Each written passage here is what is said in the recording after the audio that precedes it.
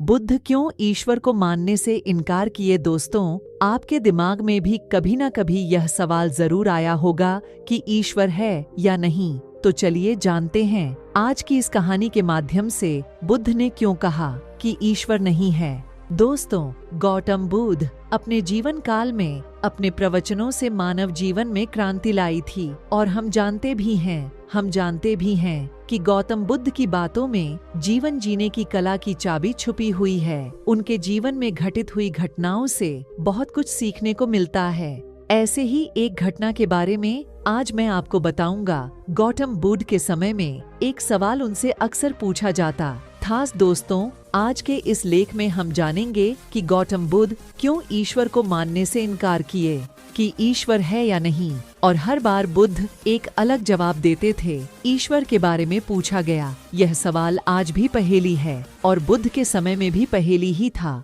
लोगों ने यह सवाल कई बार बुद्ध से पूछा, लेकिन बुद्ध कभी भी इसका सही जवाब नहीं दिए।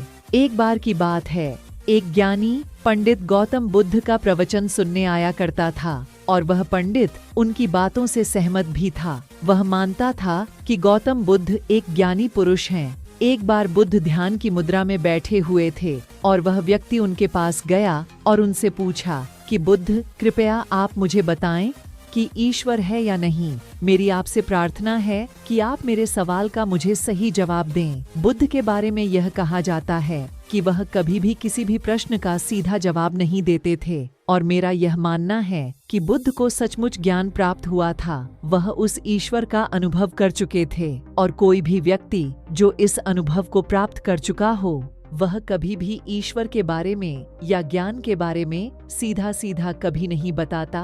वह आपके प्रश्न को बीच में ही लटका देता है क्योंकि वह चाहता है कि आप उसका स्वाद खुद चखे। गौतम बुद्ध ने कभी वह गलती नहीं की जो आज के कुछ धर्मगुरु कर रहे हैं। कहने का मतलब है कि जितने भी ज्ञानी पुरुषों ने ईश्वर के बारे में स्पष्टीकरण किया, उनके अनुयायियों ने उनके धर्म गुरुओं द्वारा ईश्वर के बारे में कही हुई बातों को मान लिया और अपने अलग अलग समुदाय बना लिए।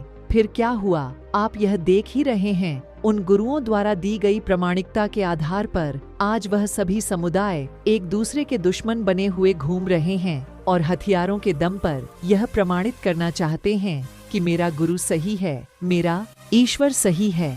वह लोग यह कहते हैं कि तुम अपनी ईश्वर को छोड़ो और हमारे ईश्वर को मानो, क्योंकि हमारा ईश्वर सत्य है। अगर कोई व्यक्ति ईश्वर की सीधी व्याख्या कर देगा तो अज्ञानियों की भीड़ उसकी बातों को मान लेगी।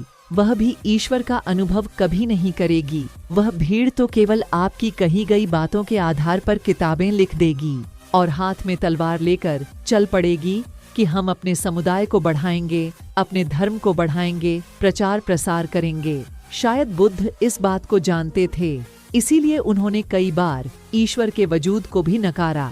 इनकार इसलिए किया कि आपकी प्यास और गहरी हो सके, आप उसको जानने के लिए उतावले हो जाए। अगर बुद्ध ईश्वर के बारे में सीधे सीधे कह दे तो भीड़ आसानी से उनकी बात मान जाएगी। और ऐसे ही हमने धरती पर ना जाने कितने ही ईश्वर और भगवान को जन्म दे दिया है। ऐसा लगता है कि ईश्वर ने मनुष्य को नहीं बनाया, बल्कि मनुष्य ने ईश्वर को पैदा किया है।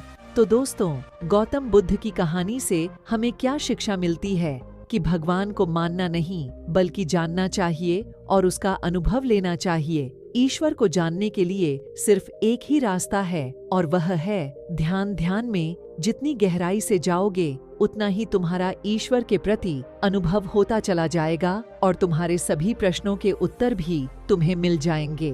तो दोस्तों, आपने इस वीडियो क्या सीखा कमेंट में हमें जरूर बताएं और वीडियो अच्छी लगे तो वीडियो को लाइक और चैनल को सब्सक्राइब करें।